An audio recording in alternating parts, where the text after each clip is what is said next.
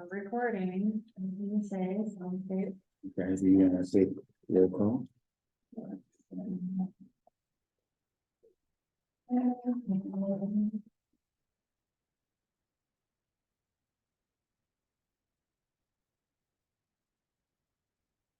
right, roll call, Mr. Page, Present? um, Mr. Onat, Mr. Appio, Present. Miss Courtney, Present. Francisco, here, and Mr. Matsuda, Here. and Councilmember Murray. Present. Great, thank you, we have full attendance. All right. And do we have anybody that for public comments? Public comment, yeah. Jeannie, are you interested in making public comment? This was your time. Thank you. Yes, I am. My name is Jeannie Crevier, and I am a resident of Mountlake Terrace. And as some of you know, I'm also a member of the League of Women Voters. I wanted to be there in person tonight, but I'm still experiencing the after effects of having COVID, which is not anything I recommend. I wanted to thank you all for those of you who participated in the National Voter Registration Day weekend that we conducted in concert with Common Power and Evergreen Goodwill. Many of you did volunteer at the Linwood Goodwill store. I just don't know how to thank you enough. I wanted to share with you some of the results of that weekend. We were in 11 stores across the 5-county area, from King, Snohomish, Skagit, Whatcom, and Kitsap counties. There were 187 volunteers in total. 34 of those volunteers were right here in Snohomish County. So we're very, very pleased and proud of the presence that you made at this event. We received 166 new voter registrations overall, which is a tremendous number, and 10 people updated their address. As you know, vitally important for receiving the proper ballot. We also handed out an additional nearly 60 take-home voter registration forms.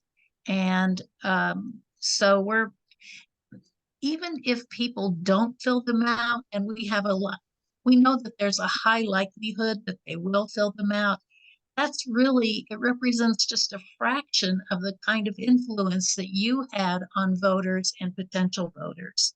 And that's why we're so grateful for your participation. So it comes to about 223 voters that you directly touched during that weekend. So again, we're very, very grateful. We are finding over the last few years in the League of Women Voters that we are having the most impact in typically marginalized communities, in the Latino community, Asian communities. We have anecdotes and stories and events to talk about. Coming up, we have another opportunity to participate with another distinct community. The Washington State Coalition of African Community Leaders has asked us to participate to host a table where we disseminate voter education and information, just like that weekend, at their financial literacy workshop that they're going to be having on November 11th in the Linwood Library from 2 to 4 p.m. If anyone would like to join us in just being present at this table for a couple of hours on that Saturday, we would love to have you with us. And you know how to get hold of me through William or Vanita, for that matter. Hi, Vanita. So please feel free to contact me and let's extend this partnership as much as we can. Thanks very much. Thank you. Thank you, Jean, and hope you're feeling better soon. Me too. Thank you. And Jeannie, if you wouldn't mind just sharing that, those details with us via email to William or myself or both of us, and then that way we can share it. I think I got it all down, but just in case I didn't get it quite right. Okay, I'd be happy to. I will have those precise details. We're having a conference call Friday afternoon, and so it'll be soon after that, if that's okay. Sure. Yeah, thank you so much. All right. Thank you. Thank you, Thank Jeannie. you. Thank Mhm. I don't know if I like that camera like pointing at me all the time. Okay, any other? I don't think we have any other visitors. All right. No. Well, next item on the agenda is, I trust that everyone got an opportunity to review the minutes from September 20th. And if so, I'd like to get a motion on the table to approve the September 20th, 2023 meeting minutes. I move to approve the meeting minutes from September 20th. Okay, A second. and all right, we've got a motion to approve it in a second. All in favor, say aye. Aye. Okay, the ayes have it.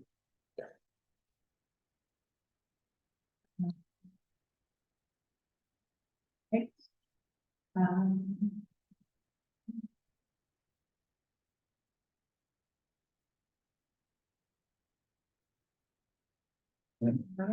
Turn over to Carolyn Hope, United Consulting Selection. All right.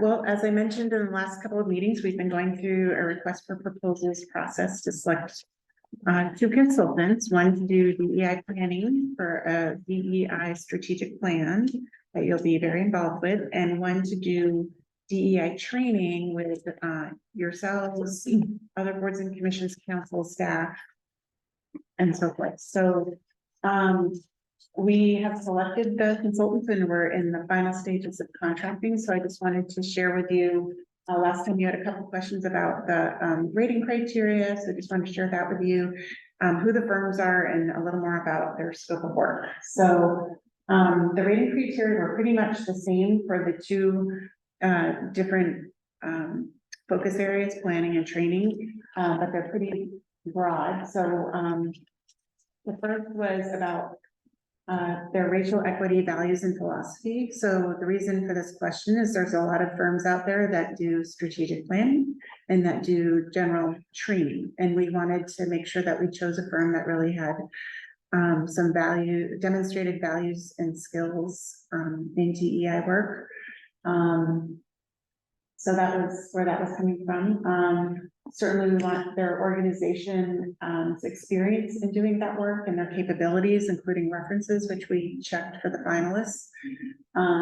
We also wanted to learn more about their key personnel, what their experiences were, and hopefully they had worked on those projects that were the references that they gave to us. And then they had a chance to give us a scope of work and their approach to the problem that not problem, but the problem statement or the scope of work that we presented. So, and then lastly, we asked about their ability to meet our schedule. So, the first group, the first group is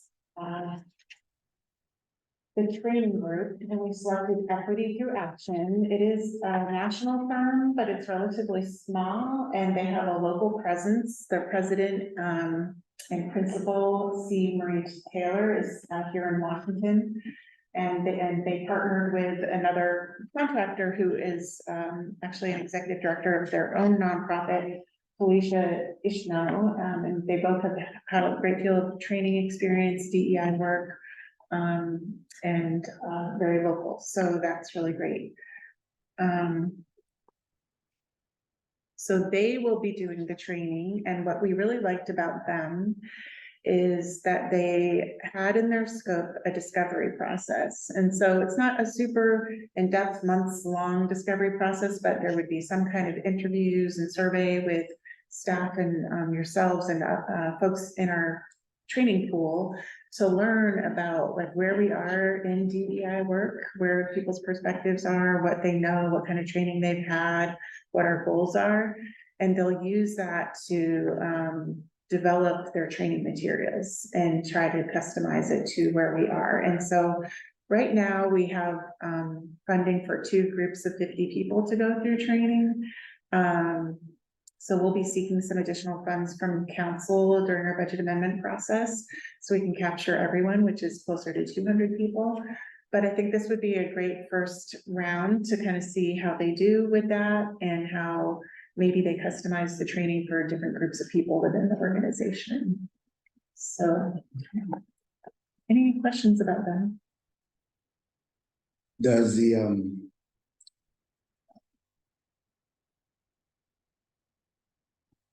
city plan on making this training mandatory? Yes. Okay. Yeah. And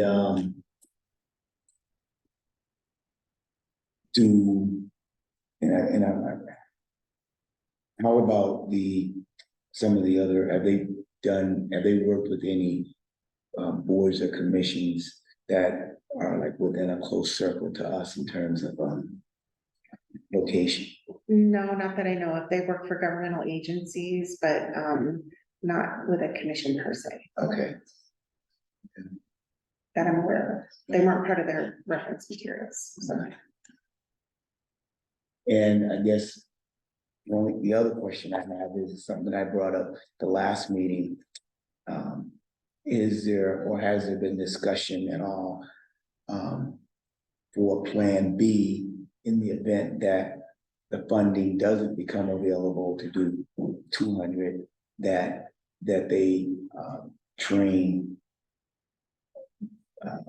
some core people here in our community so that we can continue on the training? Yeah. My thoughts are to prioritize yourselves, the council, and those on the staff team that are most interested in this work who might want to join our staff committee. Because we'll have a DEI work group within staff that helps support your work and the council's work and so forth. So that's my first goal. And then we'll start working through the other staff and boards and commissions after that. Yeah. Did you say to look into their educational credentials? Because that's what I'm Googling. Did you say to consider educational? Well, we looked at their experience as a whole. So education, what kind of training they might have had in this work, their lived experience, the kinds of all the whole package of experience is what we. How about their political affiliation? Are you even allowed to consider? No. Fair enough. Okay, because I have slight concerns about their biased approach that can happen, because their about page indicates full service Black LGBT woman owned consulting firm. They're basically advertising themselves as being one thing, and it just seems a little biased, so I have concerns about that. Because it should not matter. Yeah, I hear you. There were a lot of folks that we interviewed, and many, some firms were owned by and run by a particular person of a certain racial background or ethnic background.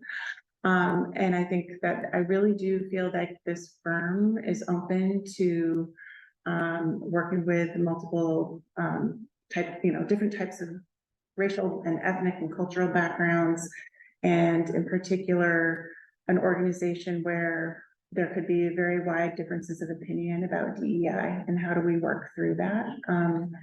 They're very good at listening, listening to the voices in the room and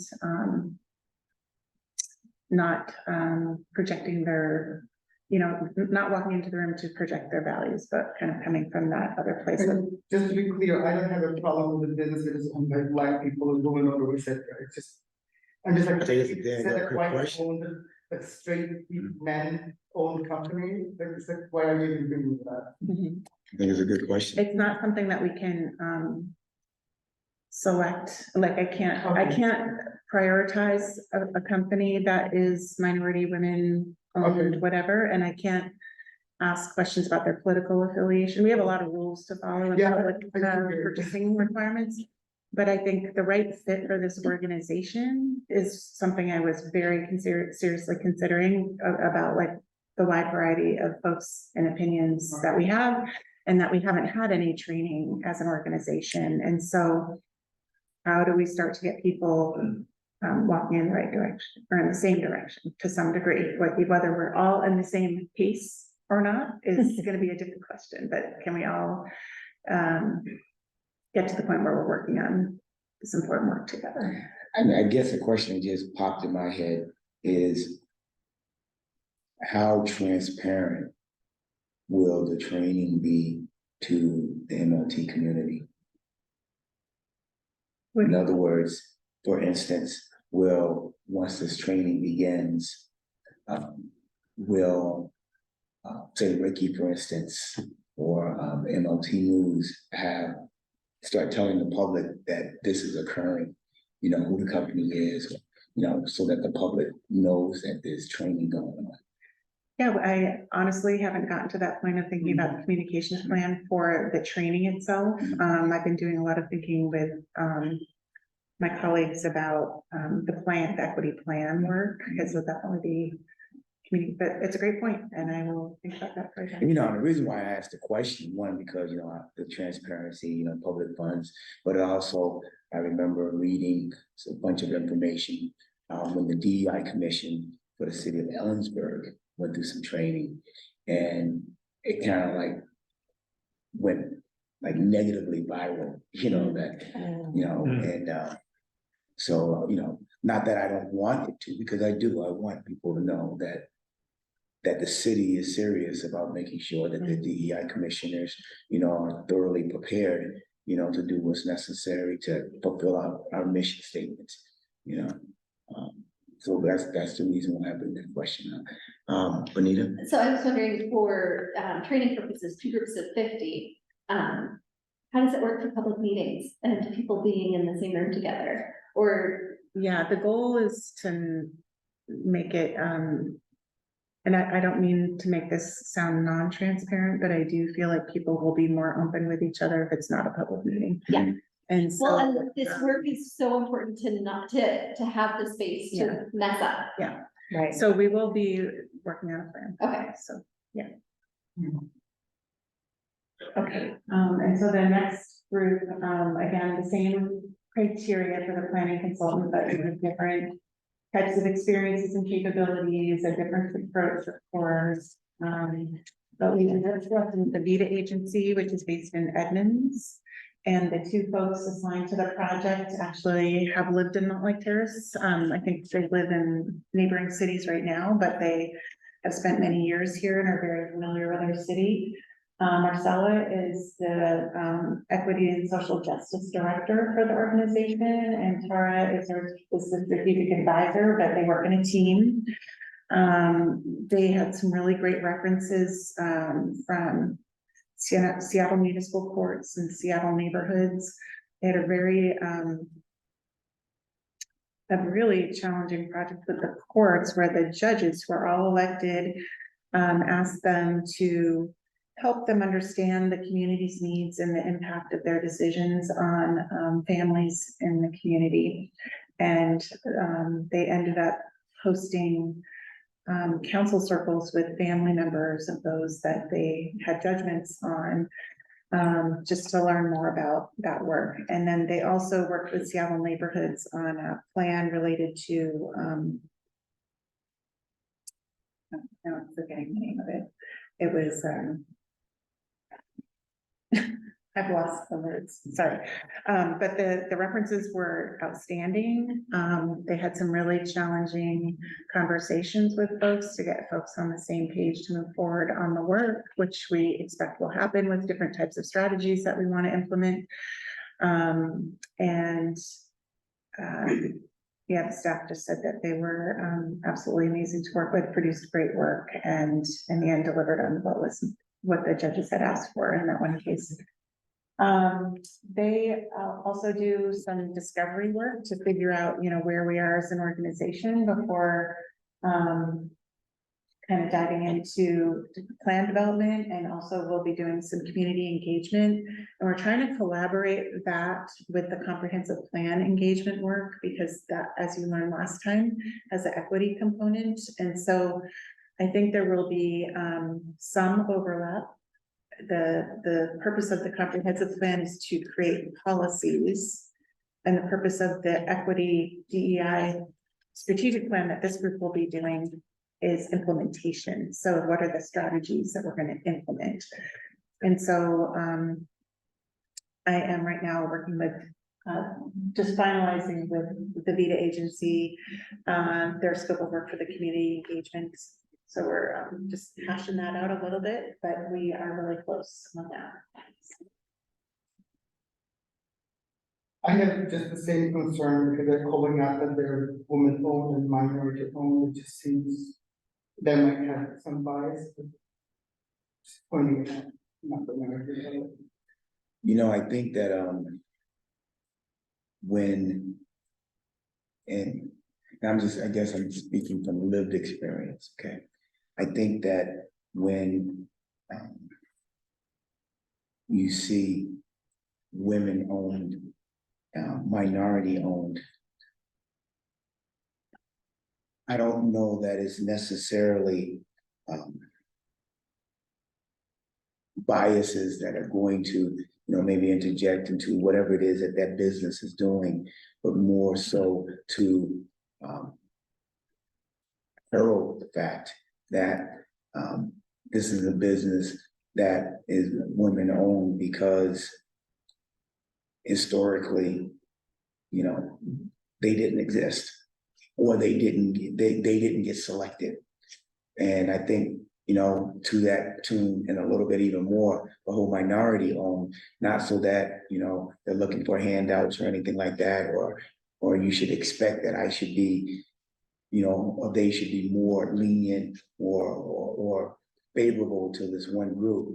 But to let people know, this is a minority-owned business, because whether we like it or not, selections on whether or not a business is going to be selected, you know, by others, if they're minority, does make a difference, you know. And you know, that might not be something people want to talk about, but there's a reason why when a minority-owned business comes to Mountlake Terrace, they make noise about it, you know.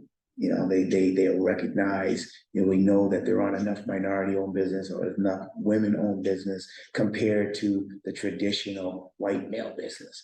So, you know, the concerns are legit, because I think with any group that's going to come in and teach anything, we have to be wary of biases. I don't think that what they call themselves, unless it's something very controversial, do we need to worry too much about it, you know? And that's just my opinion, you know, based upon, you know, why folks think, I think people feel they need to do that, you know? It's almost like a celebration announcement. That's how I kind of look at it, you know? Just like when kids start a business and people make a big deal about it. This is a kid's business, you know? I mean, I think if these two businesses were white male owned, we'd certainly wonder about biases. So, I mean, I'm not sure, you know, Anita. I have a question. So the ownership of the company was not a factor in the proposal review. No, it cannot be, but Is it was. bias information a factor in the referral process? Did people declare their own viewpoints? Was there opportunity to explore potential biases of the companies that were reviewed? If I'm understanding your question correctly, So were they projecting like what the training should be for our city based on their own perspective? Is I'm that? just, like, when you're talking to somebody and finding out if they're a good fit, did they have an opportunity to show or express where, like, their strengths and weaknesses types of questions when you're doing like an interview with a person? I'm wondering if that is a similar process for the proposal review. Well, for the proposal review, certainly we talked about what their experience and skills were, and we could, part of that is strengths and weaknesses. Yeah. But I think that the thing about one of the things that I was really looking for, like I mentioned earlier, is their approach to being willing to hear where we are, what people's goals are before determining the training or the plan or the output, so to me, that was really important that we didn't just have a consultant who presumed they knew what we needed. Right. And I think that's kind of what you're getting at. Yes. Yes. Well, and then when you check the references, if there had been Oh, a yeah. concern, then that would have potentially. No, there were no, Yeah. no. In There were definitely folks that we met who I would say yes to, but that is not the case for these two organizations. To be clear, I don't have an issue with the ownership of the company, it's more about them using it as a marketing strategy. And this can lead to reputational damage for the city, because these are going to be public, people are going to know which company we pick. And it's usually the left-leaning people use these terminology, like black owned, LGBT owned, or whatever. And my concern is we might end up in the name of diversity and inclusion, alienate a portion of our population because they are not following this path. Yeah.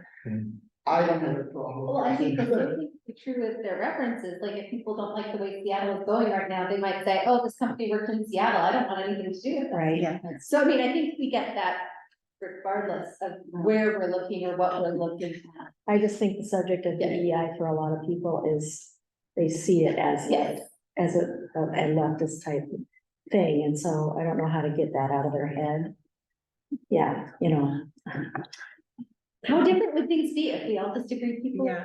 yeah, And I will add that although we cannot select someone based on those criteria, the state requires us to put in our request for proposals that we encourage women, minority owned, veteran owned, and so forth, businesses to apply. And so they don't get any extra points, or we can't favor them, or we can't say we are only looking for an organization that fits these criteria. They can be encouraged. That's what the language says. When we're contracting for a public works project, sometimes the state or other agencies will have a percentage of the contract has to be completed by what they call a WMBE, a women minority owned business. But that's different from consulting. So. Thank you. And so not always, but sometimes people will just come right out in their qualifications and state that, because depending on the kind of work that they're looking for, it could be a benefit. And certainly for the private sector, they basically don't have as many rules, just their own corporate policies. So, any other questions about the consultants? I am hoping to get these folks on board in the next week or two, and that I'm hoping the VITA agency will be able to participate in the comprehensive plan open house, which is scheduled for November 13th. So we'll be advertising that soon, but just save the date on that. And that they'll come and meet with you in November or December. So those are just some dates that have to be firmed up still. Great questions. Hopefully they'll generate other questions as we walk out the door, and please ask them, and we don't need to apologize for any questions that we ask, because that's part of what we do, It's probably. That's absolutely. it's kind of a job. And, it creates questions, further questions, and then things get answered. And the beauty of it all is that this is being recorded. So, the community knows that we're doing this in earnest, so, ask the questions, be unsure, want to know. And keep digging, keep digging. All right, thank you. Yep. The next item on the agenda is, discuss and recommend DEI-related council proclamations, events, activities. And Councilmember Murray, feel free to just speak up if you have any questions. Sometimes we're not looking right at the camera. All right, so we brought this up last time, but I thought maybe we would just start at a higher level. There's basically 4 things that I'm asking you to think about tonight. One is, to review the proclamations that I presented to you last time, and a couple of you added some other ideas, so I put them on this list as well. And then the question is, in the future, would you like, tonight and at a previous meeting, I provided you with a draft proclamation for your review. Would you like to continue to do that in the future for the DEI related proclamations? And would you like for me to come to you to ask if there's anyone in the community that you would recommend to city council to receive those proclamations? And also to recap from last week, to think about meaningful ways that we can celebrate or commemorate these proclamations moving forward. And it doesn't have to be every single one like we talked about. It could be a partnership with another city or organization. So those are the main asks for tonight. And last time there were some questions about religion. That was my question. And so the census does not, there's some information from the census. I haven't been able to track down the absolute correct table, but there are some organizations, I'm sorry, what the census says is if you practice religion or not. They don't ask what religion, but there's some nonprofit sort of religious affiliated organizations that survey the community, or they survey places of worship. And so this data came from the website I put at the bottom. And so I am not sure how trustworthy the data is, so I'll just say that because it's from this website. LICS.com. And this is all on the website, so you can download it from the agenda if you want to. And then there was another source of information. Let's see. That I found that was a survey. And this is a summary of that survey. I'm sorry. This was a summary of organizations listed in the phone book or on the web, like Google search for places of worship in Mountlake Terrace. And I did my best of going onto their website and trying to understand what religion they were practicing. So it might not be 100% perfect, but it was my best understanding of what they explained. Oops, sorry, hold on.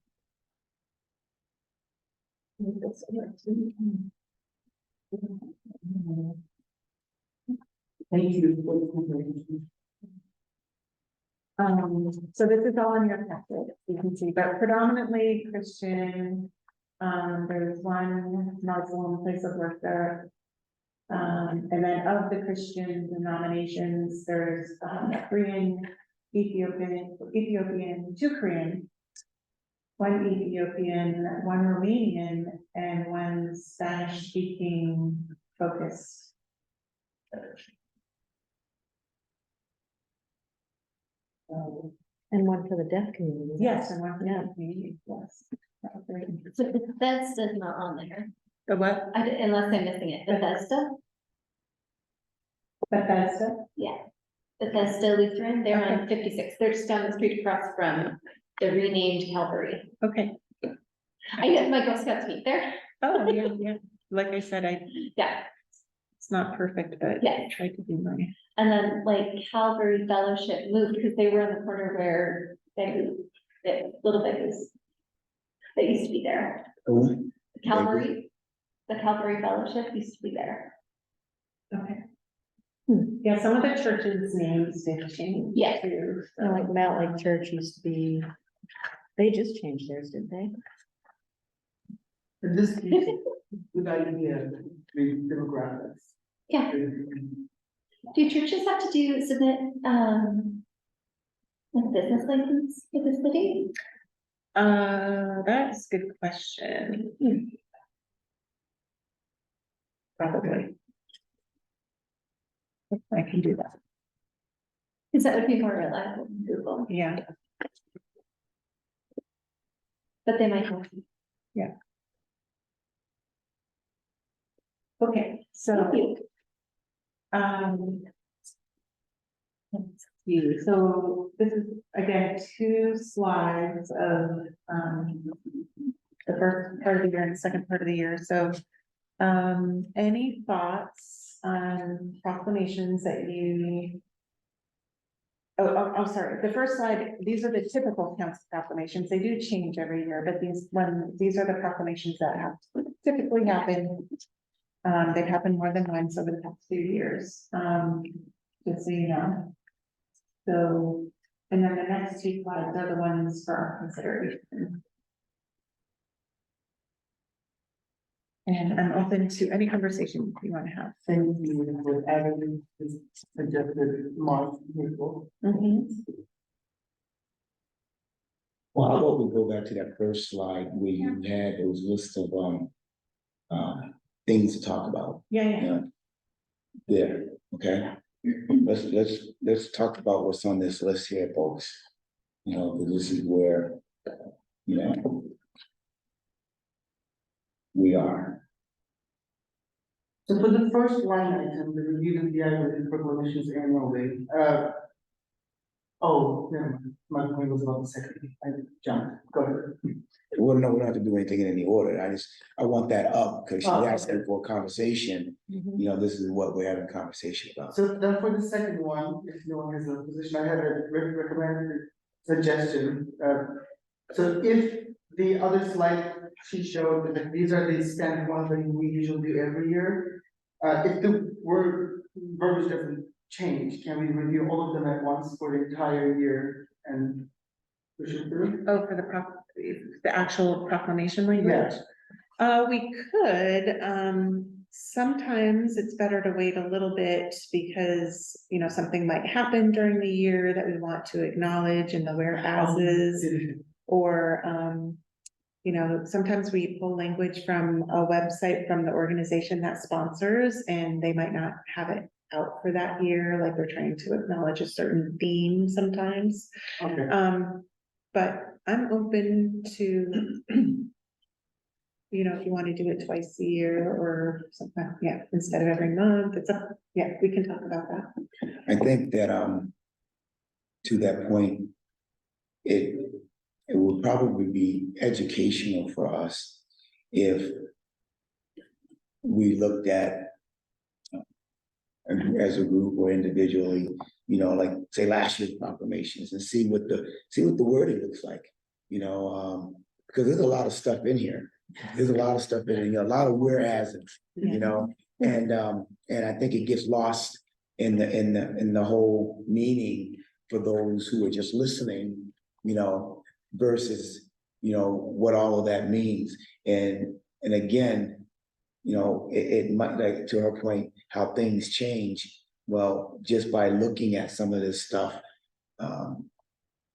can create, you know, maybe conversation for maybe like adding a whereas. I don't know that we would take out a whereas, but, you know, something else that may be added. So I think it would be to our benefit, you know, if we educate ourselves with the proclamations that are typically might come up and, or was done in the previous year, because they're gonna probably come up again, and kind of see what they say, you know. I mean, that's where. Yeah, and I think probably every one of these proclamations could be controversial if you know, I just been researching this one because I would say the one that we had on file was rather thin. I went to probably 6 or 8 different websites.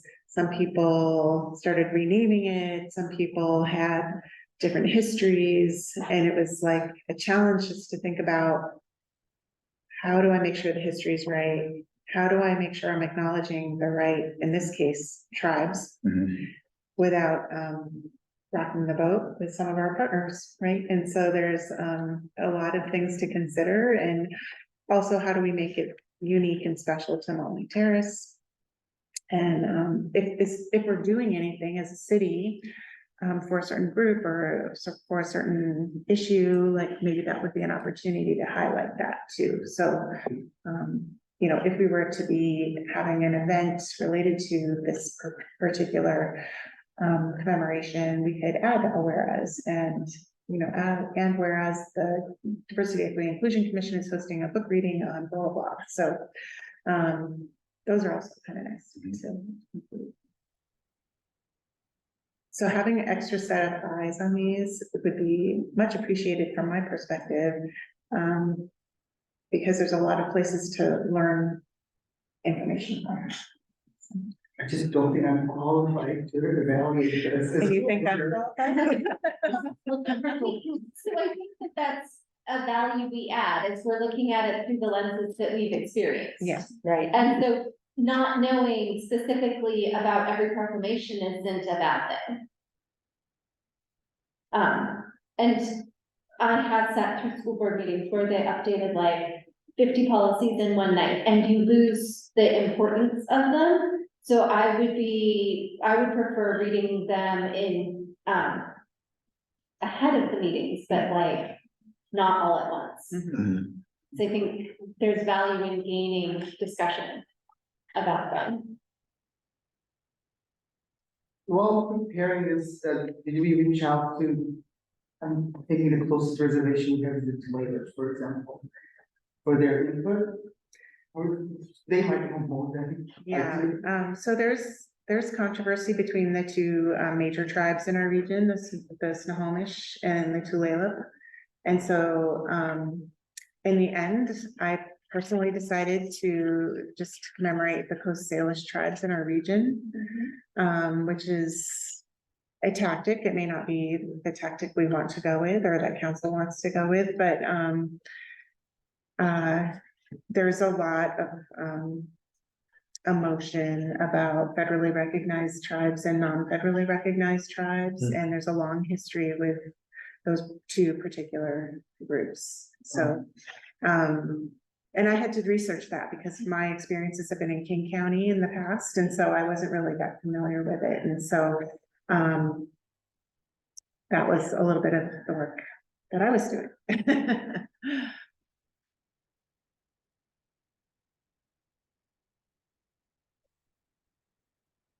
So, anyway, we don't have to edit this particular thing at the moment, but, any consensus about whether you would like to review the proclamations and, in the future, the ones that you find are related to DEI work?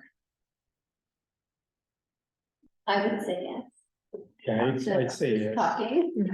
as well. Yeah. I'd like to look at the list of proclamations and determine which of those are DEI related. Yes, we'll get to that in just a moment. I'm certainly not qualified to give feedback on some of these, but some of the ones that were on the list, I feel qualified.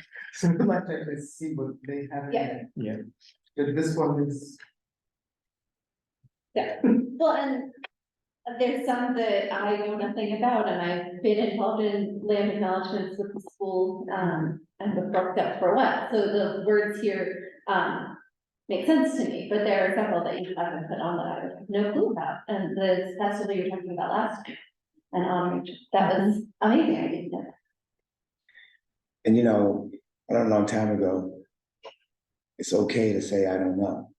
You know, we don't have to be qualified in everything that's put up in front of us. You know, there's some things that we're not gonna be, or we're not gonna feel that we're qualified to do. But if we wanna have a voice in it, then we go educate ourselves. Yeah. So that we can be qualified or be somewhat qualified. Or we say we don't know and we recuse ourselves from it. We don't have to have an opinion on everything. you know, but if we want to have to be part of a discussion, sometimes we're gonna have to go and put boots to the ground and just educate us, just like she had to do with this. You know, she had to put boots to the ground and do some homework. Yeah. Okay, and that's, so it's okay, you know, to not know. You know? I just feel guilty for not knowing. It's okay, I feel guilty, We man. don't, yeah. You know, I get asked questions all the time, but people think I should know, and I'm like, Yeah. you know. You That's know. the first- the Asking first- questions is the way people find out what needs to be discussed. Well, So then to answer the following questions, I would like to be involved in finding meaningful ways to celebrate these and to potentially recommend recipients. Not for everyone, but the opportunity to contribute, I think would be important work to me for this commission. I second that, especially recommend person. We have a, Well, I think we're talking about two Majority. different things. so for recommending people to council for Yeah. receiving proclamations, now they might make a different decision, but Yeah. just so you know. Yeah. Is that okay? Generally, thumbs up for you? Yeah. Okay, and then, meaningful ways. So tonight we could talk about this as we go through the list of newish, proclamations. Do you want to also talk about meaningful ways that we can commemorate those proclamations? Yeah. Yes. Okay, And that might look like saying, can we talk about this one in January? yeah. I think the main thing is if it's something that we need to plan for, we need to probably plan for it 3 or so months ahead of time, Yeah. depending on the size. If it's big thing, it's gonna be a year ahead of time, but like our own event or something like that, but, okay. So, again, these are the ones council typically has done, so Black History Month, Ramadan, Asian American Pacific Islander, Juneteenth, Pride, Hispanic and Latino Heritage would be the ones probably most directly related to your work, so there's quite a few there already. And so by no means are we gonna adopt the 2 big lists that I have in front of me next, but just, if there's something that you feel is very important that we're missing, this would be a great opportunity to add them, or propose them. So this is list 1, the first part of the year.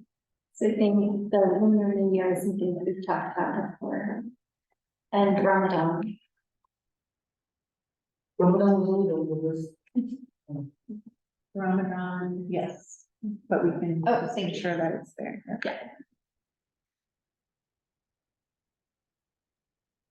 And yeah, Black History Month was also on the previous one.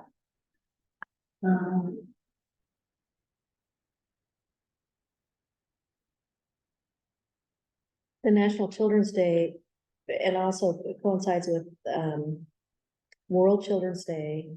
And, you know, like you were talking about, it's a lot of cultures do it. I mean, that would be a good So- one. One thing that, like, one day they celebrate that in Turkey is all the government officials, they give their seat to an elementary school student. And the elementary school student gives a speech as the president, as the prime minister, etc. That. It's kind of cute. Yeah, that sounds great. Yeah, this is wiki, so I mean, we can. Just happen to have like the most information about the dates around the world, so, yeah, all sorts of countries do that, do them on different dates, and Yeah. so that's a bit of a challenge, but, But if we started somewhere recognizing a month. Yeah. And then hopefully members of our community become more engaged and they're like, most of us do this one day and then we can meet the community where we're at. yeah, You gotta start somewhere. so International Children's Day is in. Let's see.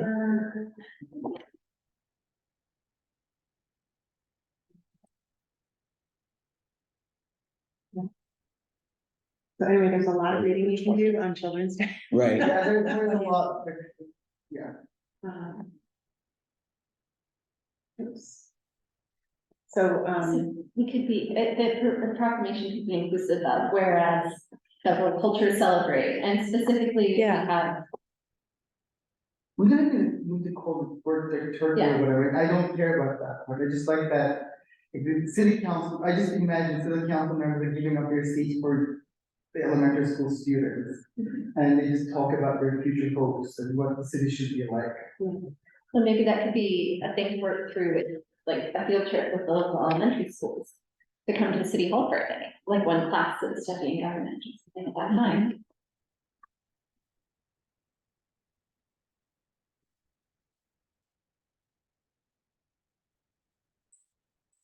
so are we thinking